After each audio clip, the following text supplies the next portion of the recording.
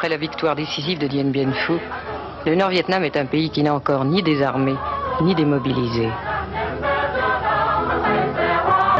L'homme, reconnu dans le monde entier comme le Napoléon de la guérilla, qui après avoir vaincu les Français passe pour diriger en coulisses la lutte contre les Américains, le général Giap nous parle de l'armée populaire. Vous avez posé une question sur le potentiel, n'est-ce pas, de la résistance. Je serai bref sur la question. Je vous dirai des généralités précises, ou comme vous voulez, n'est-ce pas, des précisions générales. Eh bien, la République démocratique du Vietnam a même absolument, n'est-ce pas, d'assurer sa défense, assurer la défense et d'écraser, n'est-ce pas, n'importe quel agresseur impérialiste. La principale force de notre armée réside dans le moral, dans l'esprit combatif du soldat et dans le soutien illimité de la population. Et puis, dans la technique. Deux facteurs. Le facteur primordial, le facteur moral. Alors nous sommes fiers du moral élevé de notre armée. Maintenant aussi. Mais certains pensent en Occident que vous, personnellement, continuez à inspirer la stratégie du Viet Cong. Est-ce que c'est vrai? Viet Cong, c'est... Viet Cong, vous parlez Viet Cong, c'est-à-dire... La résistance du Sud. La résistance du Sud. La résistance du Sud, n'est-ce pas, c'est la population du Sud, n'est-ce pas, qui mène la résistance, n'est-ce pas. Alors la population du Sud, n'est-ce pas, a l'expérience de 10 années de guerre contre le corps expéditionnaire français, n'est-ce pas. Alors maintenant même,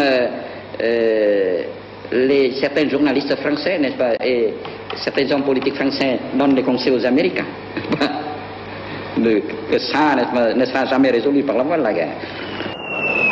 Năm 1964, một nhóm phóng viên truyền hình Pháp đã quay trở lại Điện Biên Phủ và tìm gặp Đại tướng Võ Nguyên Giáp. Điều mà họ quan tâm đặc biệt là sức mạnh của Việt Nam trong cuộc đối đầu với sức mạnh quân sự của Mỹ.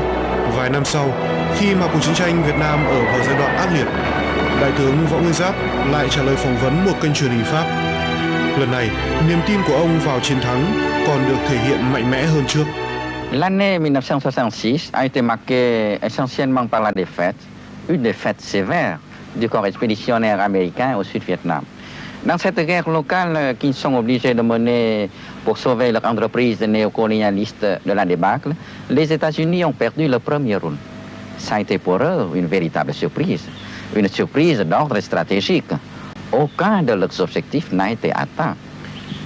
Les Américains se proposaient de briser les Chines aux forces populaires, c'est-à-dire d'exterminer le gros des forces régulières du Front National de Libération, de reconquérir d'importants territoires qui échappaient à leur contrôle, de consolider, revigorer le régime fantoche de Saigon et son armée.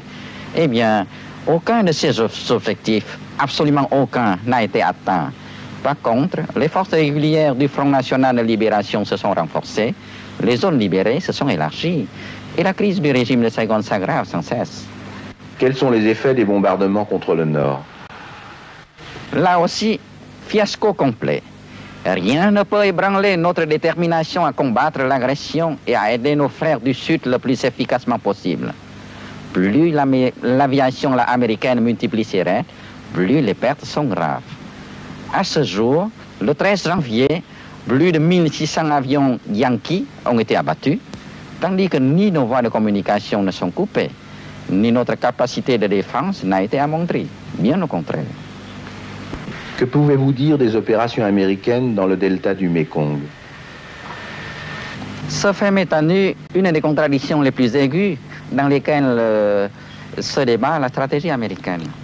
Faut-il disperser ses troupes allant à la recherche d'un ennemi qui est partout, tout en n'étant nulle part, pour voir ces hommes décimés partout, sans trouver à frapper nulle part?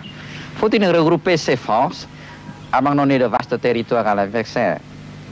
Quand la guerre du peuple se développe comme au Sud-Vietnam actuellement, la stratégie de l'agresseur ne peut qu'osciller d'un pôle à l'autre, sans trouver une direction juste.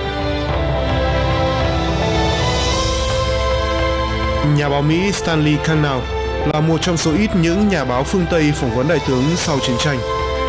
Ông kể lại, ở tuổi 80, tướng Giáp vẫn giữ được sức mạnh trí tuệ và ý chí quyết liệt đã giúp ông giành chiến thắng và biến ông thành huyền thoại. Sau này, Stanley Cannell có một câu nói đáng nhớ: chúng ta học được gì ở Việt Nam ư? Chúng ta học được rằng chúng ta không nên ở đó ngay từ đầu.